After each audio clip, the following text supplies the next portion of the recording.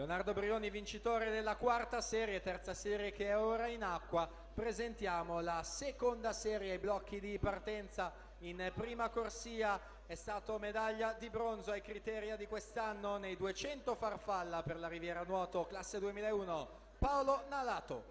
Corsia numero 2 Andrea Rinaldi, Vigevano Nuoto, in 3 Filippo Prevedello, Sporting Club Noale, in 4 Leonardo Vendrame, Rana Azzurra, in 5 Luca Sini, rappresentativa Padova Nuoto, in 6 Thomas Vecchiato Stile Libero, in 7 Davide Cudin, Arca Team e in 8 Pietro Monego, Mirano Nuoto.